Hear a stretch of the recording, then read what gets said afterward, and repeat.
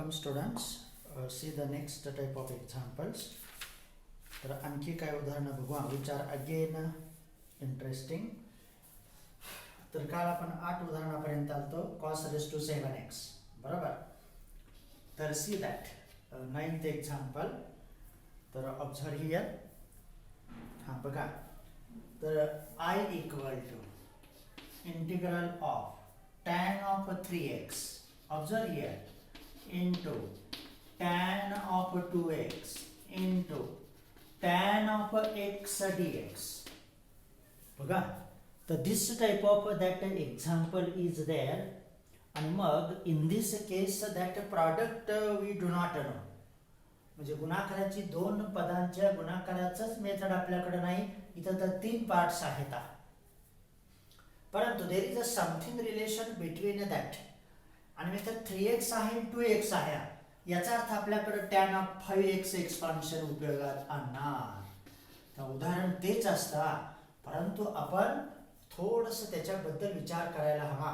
मग tan of 5x ला आपण कसं लिहिणार त्या ठिकाणी? tan of 3x plus that of the 2x. बरोबर. तर like of that we can expand there. परंतु tan of 5x ला लिहिलं तर आणखी 5x चा प्रश्न येईल. मग आपण tan of 3x चा उपयोग करू. म्हणजे कारण हे 2x आणि x मध्ये गेला. तर बघा tan of 3x equal to बरोबर. तर tan of 2x plus that of the x. बघा tan of 3x ला आपण आता कसं लिहितोय? 2x आणि x च्या स्वरूपामध्ये 2x plus x. आपण अगोदर असा विचार केला होता आणखी एक पद आहे ना, मग तिघांच्या ह्याच्यामध्ये रिलेशन आहे. दुसरं उदाहरण असं पण असू शकतं 7x 5x that of the 2x वगैरे. त्याप्रमाणे विचार करायचा. आणि मग याचे एक्सपान्शन आपल्याकडे आहे tan a plus that of the tan b divided by 1 minus tan a into that of the tan b. म्हणताना मी a आणि b म्हटलं, लिहिताना ते अँगल्स कॉल केले. आणि मग आता बघा ह्याला आपण इकडं आणा. म्हणजे कसं आलं बघा, आपल्याला त्या गुणाकाराचं रूपांतर कशात तरी म्हणजे बेरजेत आणि वजाबाकीतच करता आलं पाहिजे तर ते सॉल्व्ह होणार आहे. आणि याला इकडं आणा. अँड देअरफॉर बघा तयार झालं tan of 3x into bracket 1 minus tan of 2x into that of the tan of x. That is equal to tan of 2x plus that of the tan of x. एवढंच काम महत्वाचं आहे. Integral आपल्याकडे standard form मध्ये आहेतच. झालं. आणि मग बघा आता तर हे tan of 3x न परत मल्टिप्लाय करू. tan of 3x minus over tan of 3x into tan of 2x into tan of x. That is equal to tan of 2x plus that of the tan of x. लक्षात आलं. आणि मग आता आपल्याला काय पाहिजे बरं? असं पाहिजे, गुणाकार पाहिजे. मग ह्या गुणाकाराला तिकडे घेऊन त्या बेरजेला इकडे आणू आणि मग आपलं काम संपेल. and therefore tan of 3x minus tan of 2x minus tan of x आणि हे होतील as a product tan of 3x into tan of 2x into that of the tan of x. आणि मग याचा अर्थ आपण प्रॉडक्टला अशा प्रकारच्या बेरीजेत आणि वजाबाकीत एक्सपांड करू शकतो. आणि हे कोणामुळे आलं? फक्त त्या addition फॉर्म्युली of that the tangent ratio. त्यामुळं ट्रिगोनोमेट्री मध्ये आपल्याला भरपूर काही चॅलेंज असतं. ते स्वीकारायला आपल्याला इंटरेस्टिंग पर्याय असतातच. आणि मग आता आपण आय ला कॉल करू दॅट वर. And therefore I equal to integral of. मग त्या गुणाकाराला ह्या वजाबाकीमध्ये लिहा. That is tan of 3x. बघा असं इतर संख्यांच्या बाबतीत घडत नाही. मग ते ट्रिगोनोमेट्री मध्ये घडत आहे. गुणाकाराला डायरेक्ट आपण वजाबाकीत बेरजेत कॉल केले minus tan x that of the dx. आणि आलो आपण स्टँडर्ड फॉर्म मध्ये, काही अडचण नाही. फक्त त्या ॲडिशन फॉर्म्युलाचा उपयोग केला, आपला उद्देश पूर्ण होतोय. आता सेपरेशनची पण काय गरज नाही, आपण हायर लेवलला आहोत. तर बघा टॅनचे इंटिग्रल काय असतं? Log of that sake of 3x. बघा इथलं वाटल्यास कंस टाकवा. log of sec of 3x upon that 3 कारण x चा सहगुणक 3 आहे. झालं. Minus similar tan log of integral पाहिजे ना, sec of 2x upon that 2 minus log of sec of x upon that 1 लिहिलं तरी चालेल, नाही लिहिलं तरी चालेल, परंतु आपण आता तो कॉन्स्टंट ऑफ इंटिग्रेशन नंतर देऊ, कारण याला थोडंसं तुमच्या आन्सरसाठी सिद्ध करायचं आहे, थोडंसं विचार करू. मग काय आला एलसीएम तुमचा 1 2 3 दॅट इज द 6, बरोबर, that is the 6 is the LCM. याचा अर्थ इथं 2 ने गुणावं लागेल log of sake of 3x, इथं 3 ने गुणावं लागेल minus log of sake of 2x, आणि इथं परत 6 ने गुणावं लागेल, म्हणून तर मी ते तसं कॉल केलं 6 times log of sec x bracket complete. आणि इथं परत आपण लॉज ऑफ लॉगरिथमचा उपयोग करू, 1/6 ला कॉमन घेऊ, in the bracket log of याचा तो वर्ग असतो, आपण इथं देऊया sec square of 3x minus log of sec cube of 2x minus log of sec raised to 6x that, बरोबर. आणि मग आता काय होत आहे, परत इथं वजाबाकी आली त्याला कॉमन घेऊ, कारण तुमच्या पुस्तकातला आन्सर त्या पद्धतीचं दिलेलं असतं, म्हणून तिथपर्यंत जावंच लागतं. दॅट इज हे आपलं बेसिक आहे in the up to 10th standard 1/6 times. आता हे वजा आहे ते वजा साइन कॉमन घेऊया, आणि मग log of sec square of 3x minus परत त्याला एक कंस टाकू दुसरा log of sec cube of 2x cube, आणि वजा साइन तुम्ही कॉमन घेतला, याचा अर्थ log of sec raise to 6x that dx नाही प्लस दॅट c नंतर देऊ, that is equal to 1/6 times. परत ह्या दोघांचं बेरीज आले गुणाकार होईल, बघा log of sec square of 3x minus log of, आता त्यांना कंस टाकू, sec cube of 2x into sec raised to 6x another bracket complete. आणि आता हे असं आन्सर तुमच्या याच्याप्रमाणे फक्त लॉगचा उपयोग घेतला, बाकी काय, त्यामुळे आपलं पाठीमागच्या गोष्टी पण क्लिअर होत जातात, इन्फॉर्म होत असतात, इंट्रोडक्शन मिळते.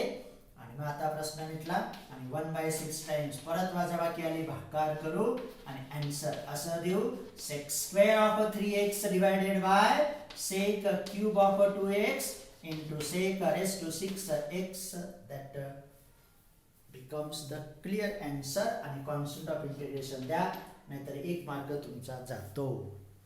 तर असं ते आला, आणि मग याला परत तुम्ही ब्रॅकेट दिला तरी चालतोय sec of 3x ला त्यानंतर. तर असेही उदाहरणं आहेत. तर आपण शेवटी चांगल्या उदाहरणांचा इथं परामर्श घेतला, उपयोग केला.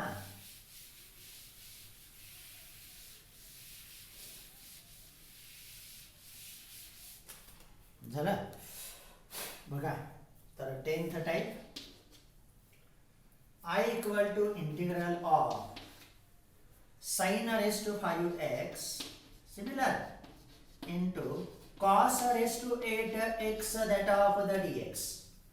आता परत इथे एक ऑड पॉवर आहे साइनची, याचा त्याला इव्हन पॉवर मध्ये कॉल करायचं, आणि मग काम संपलं, दॅट इज इक्वल टू, आणि मग पुट करू, आणि मग त्याला आता मी असं लिहितो sin raised to 4x बघा cos raised to 8x into that of the sin x dx. तुम्हाला आणखी अवघड झालं का? नाही, कारण ते पुढं सोपं होणार आहे. आणखी कॉल करू, आणि मग I equal to integral of raise to 4th पॉवरला sin square bracket square cos raised to 8x into that of the sin x that dx. परत अजून आपल्याला सबस्टिट्यूट करायला साइन स्क्वेअरला कॉसच्या भाषेत आणायचं, कारण कॉसचे इंटिग्रल मायनस साइन असतं, ते आपल्याला ऍडजस्ट करणे आहे. तर हे शिका, 1 minus cos square of x bracket square into cos raise to 8x, नाहीतर हे इंटिग्रल मिळवणं अशक्य आहे ह्या स्थितीमध्ये. म्हणून त्या ट्रिगोनोमेट्रीचा सबस्टिट्यूशनचा उपयोग घेतला की ते इझी होतं, दिसायला किती अवघड दिसतंय. आणि मग इथं आपण आता पुट करणार, काय पुट करणार ते बघा, सिमिलरली याचा डेरिव्हेटिव्ह हा येतोय, आणि let us put that cos x equal to t similar, therefore minus sin x dx becomes that of the dt. पुन्हा आपल्याला sin x dx च पाहिजे, तेवढाच भाग इकडे ठेवूया, and therefore sin x dx equal to -1 dt. झालं, सगळी रिप्लेसमेंट आली बघा. cos च्या ऐवजी t आलं, sin x dx च्या ऐवजी आता -dt आलं, आणि मग किती सोपं झालं. Observe that. बघा 1 minus cos square cos of x equal to t आहे.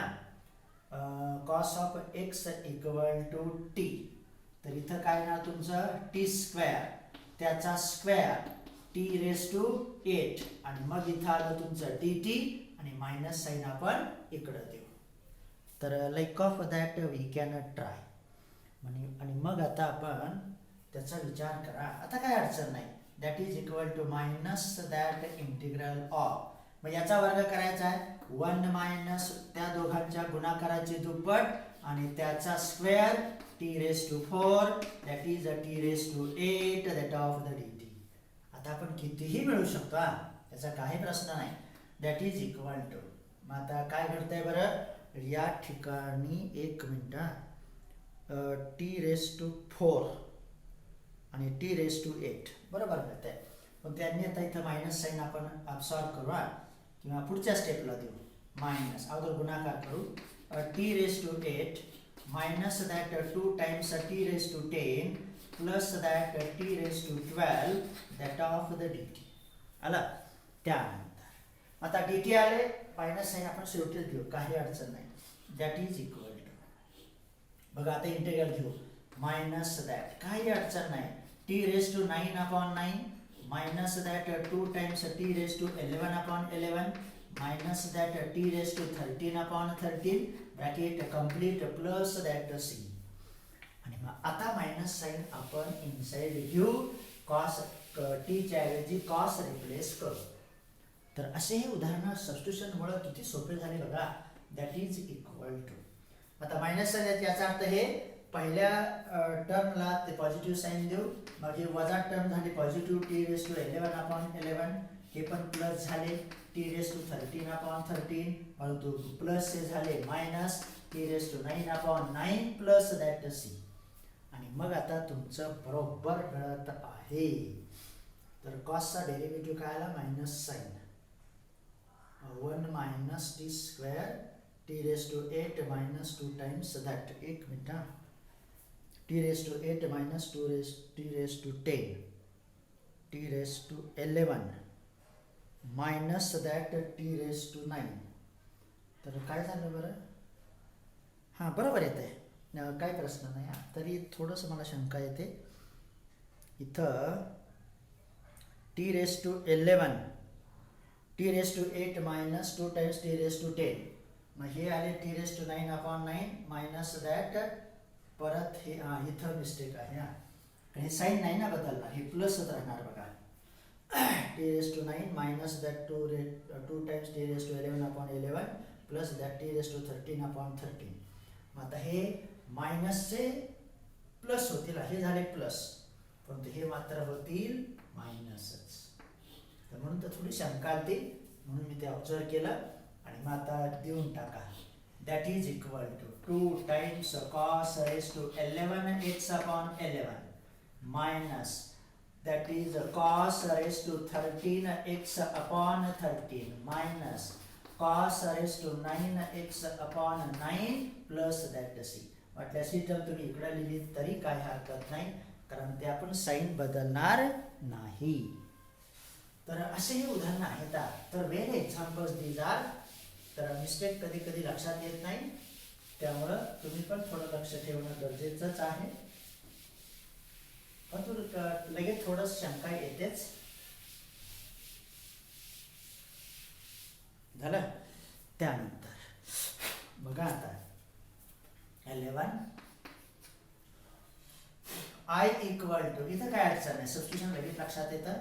अगोदरचे उदाहरण बरोबर चांगले होते. 3 times that cos square x into sine of 2x dx. Very it is. तर इथं आपल्याला सबस्टिट्यूशन पटकन लक्षात येतात. जी काही 3 ची पॉवर आहे त्यालाच पुट करावं लागेल. तर आपण त्या मूळ सूत्रात जातोय, आणि मग थोडंसं आणखी त्याला ट्रिग्नोमेट्रीचा उपयोग करू डेरिव्हेटिव्ह मध्ये येण्यासाठी. आणि मग let that i equal to integral of 3 times cos square of x into 2 times sin x into cos x that of the dx. बरोबर, असू द्या, त्या दोनचा आपल्याला बरोबर फायदा होईल आता. आणि मग आता लेट अस पुट cos च्या ऐवजी डायरेक्ट cos स्क्वेअर x ला पुट करू. बघा, cos square of x equal to t, बरोबर फायदा होतोय. मग 2 टाइम्स स्क्वेअर नुसार cos x आणि cos चा डेरिव्हेटिव्ह परत आला minus sin x with respect to x म्हणून dx म्हणून dt. बरोबर, आणि आपल्याला एवढंच पाहिजे ना, ही ऍडजस्टमेंट महत्वाची. बघा, आणि मग बघा 2 टाइम्स sin x into cos x dx equal to minus dt. तर डायरेक्ट तेवढा पार्ट आपल्याला एका व्हेरिएबल मध्ये तयार होता. म्हणजे एवढं अवघड उदाहरण लगेच सबस्टिट्यूशन मुळे सोपं झालं. आणि मग i equal to minus sine इथं देऊ. बघा किती छान, 3 raised to t that of the dt, आणि that is equal to minus 3 raised to t upon that log of 3 plus that c over minus that 3 raised to cos square of x upon that log of 3 plus that c, that is our integral I. बरोबर, तर अशी उदाहरणं आहेत. त्यानंतर मग लक्ष ठेवलं की बरोबर मिळतात. बघा आता 11 झालं, 12 I equal to integral of sine 6x. मग सारखंच आहे, त्या tan ऑफ 3x सारखं. मग आपण त्याला 5 वरून परत 3 वरती आलतो. Sine of 6x upon sine of 10x into sine of 4x. Sine of 10x into sine of 4x dx. तर इथं सुद्धा बघा, परत मागासारखं थोडंसं ऍडजस्टमेंट करणे आहेत. तर काय काय घडते ते बघू.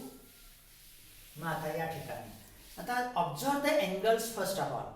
आता सगळ्या फंक्शन साइन आहेत, परंतु कॅन्सलेशन अलाउड नाही. साइन ऑफ 6x आहे ना, बरोबर. तर मग ह्यांचं नातं त्या एंगलचं शोधण्याचा प्रयत्न करा. साइन ऑफ 6x ला आपण 10x आणि 4x च्या भाषेत लिहू शकतो. आणि मग बघा, sine of 6x we can express sine of 10x minus that of the 4x. तसा भागाकार करता येणार नाही, लक्षात आलं. आणि मग बघा, कॅन्सलेशन पण नाही होत, कारण हे एंगल्स वेगळे आहेत, आणि परंतु त्यांच्यामध्ये नातं आहे हे आता आपण शोधलं ते. and therefore I equal to integral of, आता देऊया त्याला sin of 10x minus. बघा काय फायदा होतोय. त्यामुळे तुम्ही उदाहरण सोडवण्याचा इंटरेस्ट घ्या. बघा, याच्यासारखा आनंद दुसरा कशात पण मिळत नाही. That is the sine of 4x. and use that addition formula of that sin of a minus b. मग काय असतं, sin a cos b minus sin, परंतु cos a sin b. एक minute, 6x sin of 10x minus, इथं काय झालं बरं, 10x minus 4x पाहिजे नाही, 4x येतील ना. तर इथं 4 पाहिजे, इथं 4 होती, इथं 6 कसं काय झाले. तर 4x पाहिजेत. sin of 10x into the top of the sin of 4x divided by, आता फायदा झाला, sin of 10x into sin of 4x the top of the dx. बरोबर, sin a cos b minus cos a sin b. आता भागाकार करता येतोय. हा त्या टेक्निकचा, तुमच्या नॉलेजचा खरा उपयोग. आणि मग आता भागाकार करू, डायरेक्ट भागाकार करूया. इंटिग्रल ऑफ, आता मात्र ब्रॅकेट टाकू. म्हणजे 10x कॅन्सल झाले, काय शिल्लक राहते ते द्यावं लागेल. cos of 4x upon sine of 4x, हे मायनस साइन इथलं आलं, हे कॅन्सल, हे शिल्लक. आता इथं साइन ऑफ 4x कॅन्सल झाले, तर काय शिल्लक, cos of 10x upon sin of 10x. Real example it is, that is dx. बरोबर, that is equal to, आता काम संपलं. इंटिग्रल ऑफ एंगल समान, cos अपॉन sin आलं तुमचं cot of 4x minus that is cot of 10x that of the dx. आपण आलो सूत्रामध्ये, कारण cotचे इंटिग्रल तुमच्याकडे आहे. इथं सबस्टिट्यूशन पेक्षा आपलं नॉलेज उपयोगाला येतात. म्हणून सबस्टिट्यूशन मेथड जरी असली तरी असे पण उदाहरण आपल्याला कधी कधी चॅलेंजिंग असतात. मग कॉटचे इंटिग्रल काय असतं, log of sine of x, परंतु इथं 4x आले, त्याचा छेद परत सूत्राप्रमाणे 4 येणार मायनस दॅट. परत लॉग आला याचा अर्थ ते आपल्याला लॉज ऑफ लॉगरिथमचा उपयोग करावा लागेल. Log of that is the sin of 10x divided by that of the 10 आणि नंतर दिवा कॉन्स्टंट ऑफ इंटिग्रेशन. आता लसाई किती येतं बरं, कॉट ऑफ 4x, एक minute, log of sine of 4x upon 4 minus log of cot of 10x कसं काय झाले बरं, cos of sine of 10x, एक मिनिट, कॉस ऑफ 10x बरोबर आहे की sine of 4x log of sine of 10x upon 10. तर लसावी किती येतोय त्याचा, 10 4 40 येतोय ना, 40 म्हटल्यानंतर परंतु इथं how that arrange it, sine of 4x येत आहे नाही का, बरोबर मिळेल. तर बघूया मग आता log of sine of 4x upon 4 minus log of sine of 10x upon that of the 10. LCM is that of the 20 नाही, आता 40 घ्यावा लागेल, नंतर कॅन्सलेशन करू. तर इथं येतील तुमचे 10. 10 times log of sine of 4x minus that 4 times log of sin of 10x divided by that is the 40. आणि मग आता आपण त्याच्यातून किती कॉमन येऊ शकतील बरं, 2चा भाग जाईल. मग आता भाग देऊ म्हणजे लसावीला परत आपल्याला चान्स नको. तर 5 times log of sin of 4x minus that 2 times log of sin of 10x, लक्ष ठेवा, डिवायडेड बाय, आता इथं 2 भाग दिला, इथं पण 2 भाग द्यावा लागेल, इथं आले तुमचे 20. लक्षात आलं, याच्यातून 2 कॉमन, याच्यातून 2 कॉमन, ते कॅन्सल, राहिले 20. परत लॉज ऑफ लॉगरिथमचा उपयोग करायचा आहे म्हणून ते थोडंसं स्वरूप द्यायचं. त्यानंतर log of sine raise to 5 of that 4x minus log of sine square of 10x divided by that of the 20. आणि मग त्याला आता आपण असं देऊ 1/20 टाइम्स, वजाबाकी आहे, लॉगचा भागाकार होणार आणि अँगल किंवा फंक्शन्स अशा होतील. म्हणून तर ते आन्सर उपयोगीच आहे. Sine raise to 5 of 4x upon sine raise to sine square of 10x bracket complete plus that c. मग आपण असाच प्रयत्न केला तर आता आन्सर बरोबर मिळतंय. Sine raise to 5 4x sine square of angle तुमचा 10x आला, 1/20 कॉमन आहे. तर असे हे उदाहरण होते. अजून एक आहे चांगलं, शक्यतो सगळाच तुमचा एक्झरसाइज आपण डिटेक्ट केला. त्यानंतर तर 13, तर all examples we can complete today. तर I equal to integral of, बघा, sine of x into cos cube of x divided by 1 plus cos square of x, 1 plus cos square of x that is the dx. आणि इथं पण त्याच पद्धतीने विचार करणे आहे. तर बघा 1 plus cos square of x येते, याचा अर्थ अंशाला स्क्वेअरच्या भाषेत कॉल केलं पाहिजे, कारण आपण cos square ला पुट करणार. तर ते का पुट करायचं ते लगेच लक्षात येईल, कारण तरच साइनचा साइनचा उपयोग होता. साइनचा डेरिव्हेटिव्ह कॉस आहे, पण साइनला पुट केलं तर ह्याचा प्रश्न नाही ना भेटत. म्हणून आपण जेवढं अवघड दिसतं त्यालाच पुट करायचं. लक्षात आलं. मग मी त्याला कसं लिहितो ते बघा. तर इथं मी लिहितो कॉस स्क्वेअर ऑफ एक्स आणि इकडं देऊ sine x into cos x divided by 1 plus cos square of x that is the dx. कारण आपला डेरिव्हेटिव्ह महत्वाचा आहे. आणि मग आता आपण cos square of x ला पुट करू. बघा आता काय म्हणतंय ते, cos square of x equal to t, म्हणून हे अनुभवा. and therefore आता प्रश्न मिळेल. मग डेरिव्हेटिव्ह नुसार 2 times cos of x, cos चा derivative minus sin x dx equal to dt. आपल्याला कोण पाहिजे, sin x, cos x आणि dx. आणि यांच्या बदल्यात तर t येणारच आहे ना. लक्षात आलं? मग जेवढं पाहिजे तेवढंच ठेवूया, मग क्रम बदलू थोडासा, अर्थ नाही. Sine x cos x dx आणि हे मायनस साइन तिकडं, 2 सुद्धा तिकडं आले तुमचे -1/2 dt. आणि आता थोडस बघा इथं काय घडतंय, दॅट इज इक्वल टू, आता देअरफॉर आय बिकम्स, बघा किती सोपं होतंय, कॉस स्क्वेअरच्या ऐवजी टी आले, बरोबर, इथं 1 + t आले आणि ह्या सर्वांच्या ऐवजी -1/2 dt झाले. कोणाच्या? sin x cos x dx -1/2 dt, -1/2 dt. आणि आता हा भागाकार कसा करायचा, थोडीशी ऍडजस्टमेंट करायला शिकायचे, ह्याच गोष्टी आता आपल्याला महत्त्वाच्या आहेत. मग भागाकार तर असा नाही येत, असा नाही करता येत, आपण कितीतरी वेळा ते अनुभवलंय. मग आपण 1 मिळून 1 वजा करू आणि त्याला करूच टाकतो असं, आणि इथं छेदस्थानी तुमचे 1 + t dt. आता भागाकार करता येत, किती छोटीशी ऍडजस्टमेंट होते. That is equal to -1/2 times integral of, bracket पाहिजे, हा भागाकार छेद आला, 1 आलं, -1/1 + t dt तयार. तर कसं फंक्शन होतील, कशी ऍडजस्ट झाली ते बघा. आणि मग आता थोडंसं मायनस साईनला पण आपण इनसाइड घेऊ, म्हणजे ह्या पार्टला इकडे घेता येईल. That is equal to 1/2 into integral of 1/1 + t minus that t dt, -1 dt. कशामुळं? हे मायनस साइन इथं गेलं, ही टर्म पॉझिटिव्ह झाली, ही टर्म निगेटिव्ह झाली. आता इंटिग्रल एकदम सोपं, 1/2 इंटू ब्रॅकेट 1 + t चा डेरिव्हेटिव्ह बरोबर इथं आहे, log of 1 + t, आणि 1 चं इंटिग्रल आलं t प्लस दॅट c, आणि त्या t ची किंमत देऊन टाका.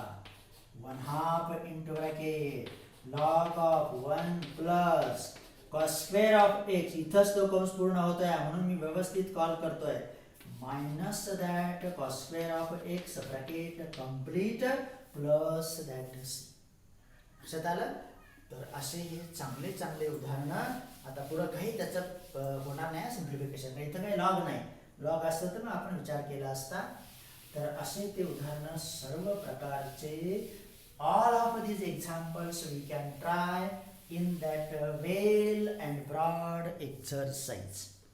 तर अशा रीतीनं तुम्हाला सर्व काही उदाहरणांचं व्यवस्थितरित्या ऑब्झर्वेशन मिळालेलं आहे.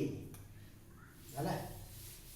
त्यानंतर तर हे सबस्टिट्यूशन मेथडचे सगळ्या प्रकारचे सूत्र, करोलरी, ते थेरम वगैरे, टॅनचे इंटिग्रल, सेकचे इंटिग्रल, कॉटचे इंटिग्रल, कोसेकचे इंटिग्रल, f'(f(x), ह्या चांगल्या चांगल्या गोष्टी आपण त्या सबस्टिट्यूशन मध्ये शिकलो. आणि मग आता जाऊ पुढच्या मुद्द्याकडं. तुम्ही म्हणाल कुठपर्यंत एक्सरसाइज चालते, त्याला काही पर्याय नाही हा. आता उलट आपण थोडंसं काळजी करण्याचं गरज आहे. झालं? तर बघा, आणि मग आता आणखी पुढं जाऊ. तर पुढचा मुद्दा आहे some special types of integrals. Special types of integrals, त्याच्यात सुद्धा आपल्याला 5-7 महत्वाचे सूत्र मिळणार आहेत. तर सी दॅट.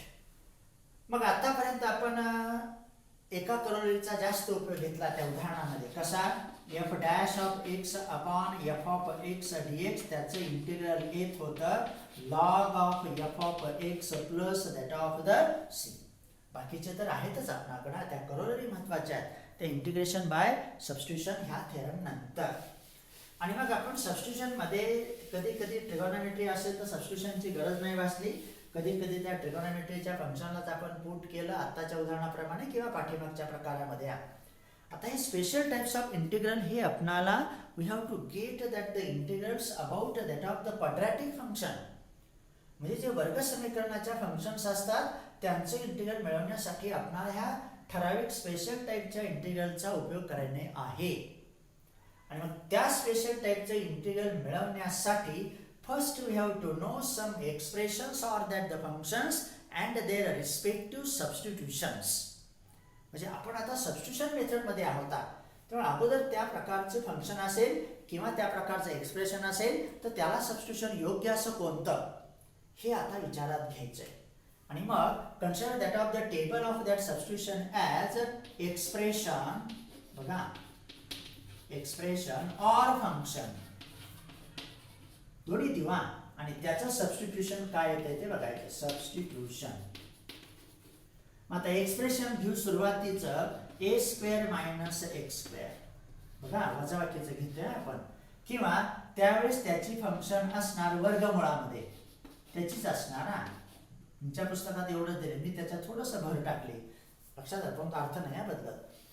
त्यानंतर आणि मग इथं वर्गमूळ नाहीसं करण्यासाठी योग्य असं सबस्टिट्यूशन कोणतं, तर आपल्या ट्रिगोनॉमेट्री मधलं x equal to a sine theta or x equal to a cos theta. कारण x ची किंमत 1 sine square a sine theta ठेवली की a square sine square theta किंवा a square cos square theta fundamental आयडेंटिटीनुसार त्याचं वर्गमूळ येतं. आपण सोप्या पद्धतीनं जातो. झालं. मग आता ह्या वर्ग समीकरणाचा म्हणजे वर्ग समीकरणाचा आहे, एक आहे स्थिर पदाचा वर्ग, एक आहे चल पदाचा वर्ग. आता बेरजेत जाऊ. बेरजेमध्ये बघा एक्स ए स्क्वेअर प्लस एक्स स्क्वेअर और पण म्हणायची काही गरज नाही. त्याला बेरजेला काय असं लिहिलं काय असं लिहिलं काय काहीच फरक नाही ना. X square plus a square. किंवा इथं वर्गमूळ पण येऊ शकता square root of a square plus x square आणि त्या सबस्टिट्यूशन येतं x equal to a tan theta or x equal to a sec theta. 1 plus cot square theta असतं ना, पण तो नाही, त्याची गरजच नको, ते चुकीचं होईल. ते पुढच्या ह्याला आहे x equal to a tan theta ठेव. 1 plus tan square theta equal to sec square theta होता, तसा तो संदर्भ होता. त्याला टॅनच पुट करायचं. मग हे असं जरी आलं तरी हे सबस्टिट्यूशन आहे, x square plus a square आलं तरी सुद्धा. आता ह्या क्रमाची वजाबाकी मात्र वेगळी राहते, बेरीज मात्र तीच येत्या. बरोबर. आता पुढचा क्रम आता पॉलिनॉमियलचा बदलला, x square minus a square और square root of x square minus a square. तर त्यावेळेस सबस्टिट्यूशन येतं x equal to a sec theta. कारण त्या ठिकाणी 1 plus tan square theta equal to sec square theta असतं. बरोबर. बघा कसा फायदा होतोय. सेक स्क्वेअर थीटा आणि सेक स्क्वेअर थीटा हे जर एक तिकडे गेले म्हणजे ह्या क्रमाने आली ना ती वजाबाकी, म्हणून तिथे सबस्टिट्यूशन काय असतं x equal to a sec theta. आणि चौथं आहे आता बघा square root of a minus x upon a plus x or square root of a plus x upon a minus x. मग ते एक्सप्रेशन समजा किंवा फंक्शन समजा आणि त्याचं सबस्टिट्यूशन येतं x equal to a cos of 2 theta. कारण 1 plus cos of 2 theta equal to 2 times sine square theta. आणि अशा रीतीनं आपल्याला ह्या सबस्टिट्यूशनचा उपयोग करून some special type of integrals we have to evaluate. बरोबर. तर अशा रीतीनं आज इथंच थांबू, कारण ते आपल्याला थोडंसं व्यवस्थितरित्या मिळवणे आहे. त्याने सबस्टिट्यूशन बघा, तर तो चार्ट तुमच्याकडे आता उपलब्ध होईल. त्याप्रमाणे तुम्ही तुमच्या वहीमध्ये सगळे उदाहरणं सोडवा, सगळ्या रिझल्टला वहीमध्ये आणा. थोडा वेळ जाईल, परंतु त्या वेळेचा आत्ताचा सदुपयोग करा. शाळा चालवण्याचं चाललेलं आहे, परंतु ज्या दिवशी ते चालू होईल त्या दिवशीच ते खरं म्हणावं लागेल. पण परिस्थितीनुसार आपल्याला बदलावं लागतं, हे आपण आतापर्यंत शिकलो.